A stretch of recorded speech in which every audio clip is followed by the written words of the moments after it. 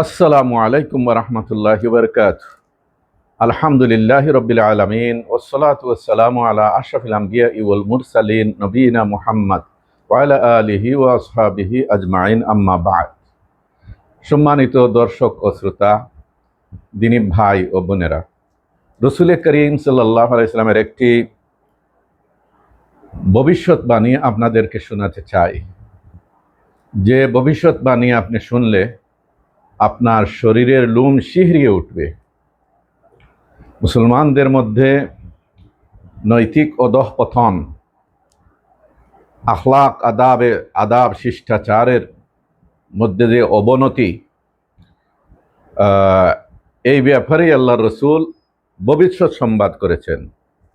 এটা ওহীর জ্ঞান ছাড়া, নবীর পক্ষে পরিবেশিত সংবাদ ছাড়া আর কিছুই হতে পারে না।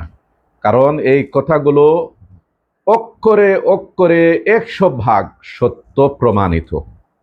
আসুন আমরা সেই হাদিসটি, সেই ভবিষ্যৎবাণীটি আমরা জেনে নেই।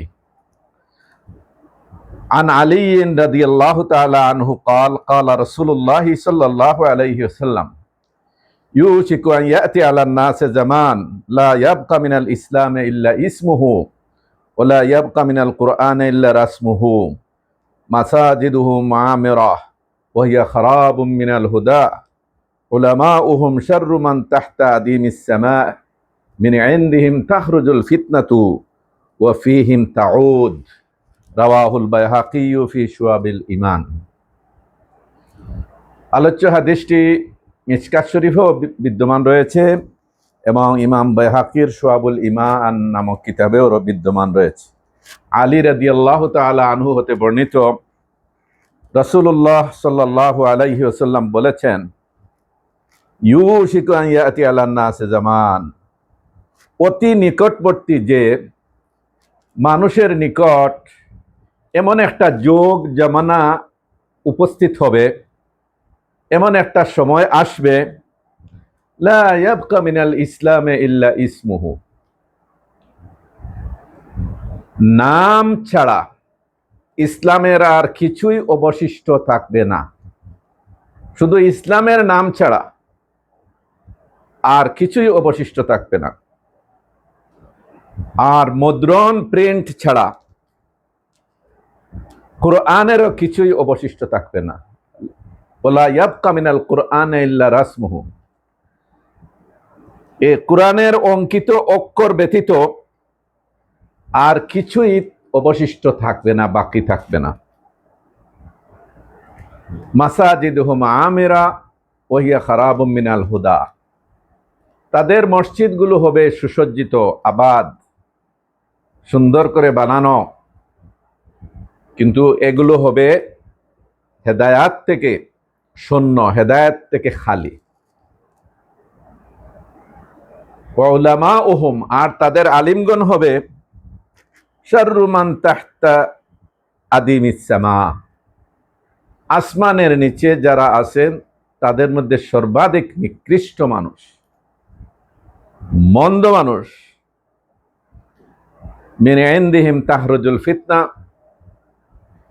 তাদের থেকেই ফিতনা বাহির হবে, ফিতনার সৃষ্টি হবে, বিপর্যয়ের সৃষ্টি হবে। ওয়াফিহিম তাউদ, এবং তাদের মধ্যেই এই ফিতনা আবার প্রত্যাবর্তন করবে।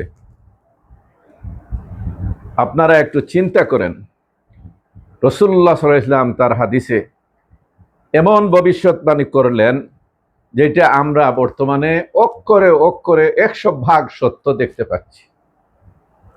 এটা নবীর সংবাদ, ওহীর মাধ্যমে তিনি অবগত হয়ে উম্মতকে জানিয়েছেন যে অদূর ভবিষ্যতে, অতি নিকটে একটি জমানা আসতেছে, ইসলাম শুধু নামকা ওয়াস্তে থাকবে।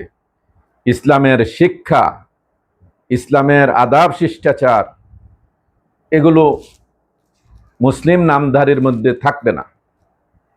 ওয়ালা ইয়াবকা মিনাল কুরআনে ইল্লা রাসমুহু, আর অঙ্কিত অক্ষর ব্যতীত, মুদ্রণ প্রিন্ট কাগজে ছাপার কিতাব ব্যতীত কোরআনেরও আর কিছু অবশিষ্ট থাকবে না। অর্থাৎ কোরআনে যে আল্লাহ তাআলা যে হেদায়াত নির্দেশনা দিয়েছেন, যে যে চরিত্র, যে নীতি আদর্শ, যে জিনিস গ্রহণ করে মানুষ তার চিন্তাকে শুধরিবে, তার বিশ্বাসকে শুধরিবে এবং সে অনুযায়ী সে চলবে, আমল করবে, ব্যক্তি, পরিবার, সমাজ, রাষ্ট্র পরিচালনা করবে, এই সকল দিক নির্দেশনা তারা মানবে না, তারা গ্রহণ করবে না।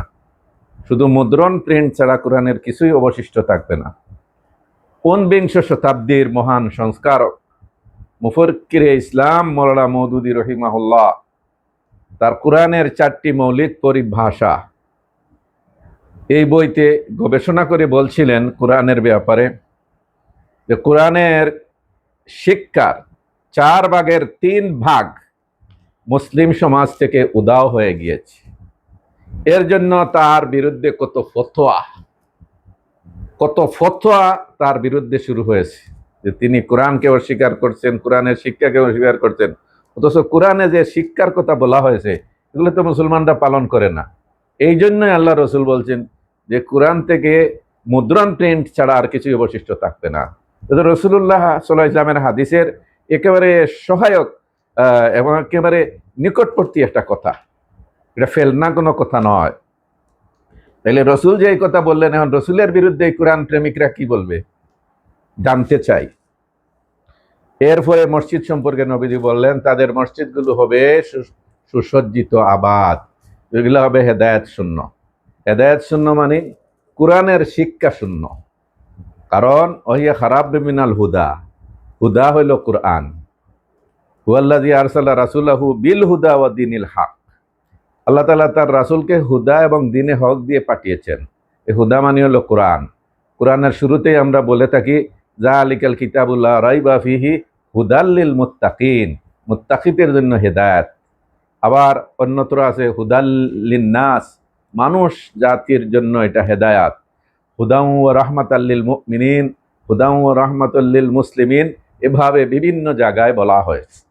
তো মসজিদ হেদায়েত শূন্য হবে, এর মানে হলো মসজিদে দারসুল কোরআনের আয়োজন করা হবে না। কোরআনের তালিম তাআল্লুমের কাজ মুসলমানরা করবে না।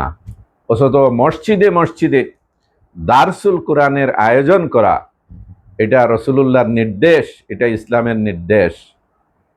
রাসূলুল্লাহ ইসলামের একটা হাদিস আছে, এটা খবর বিমানাল আমর, এটা সংবাদ, কিন্তু এটা আদেশসূচক অর্থ গ্রহণ করে।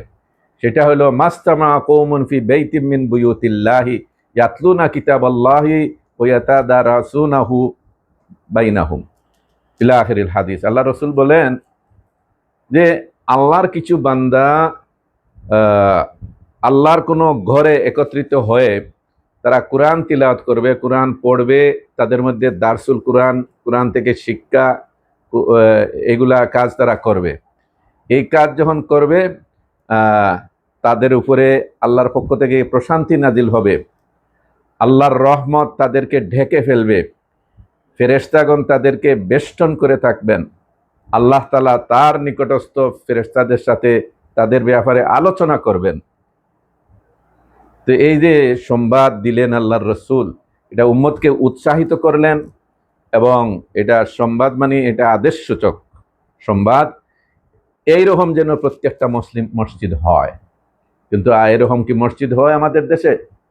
মসজিদে মসজিদে দারসুল কোরআনের আয়োজন হয় না।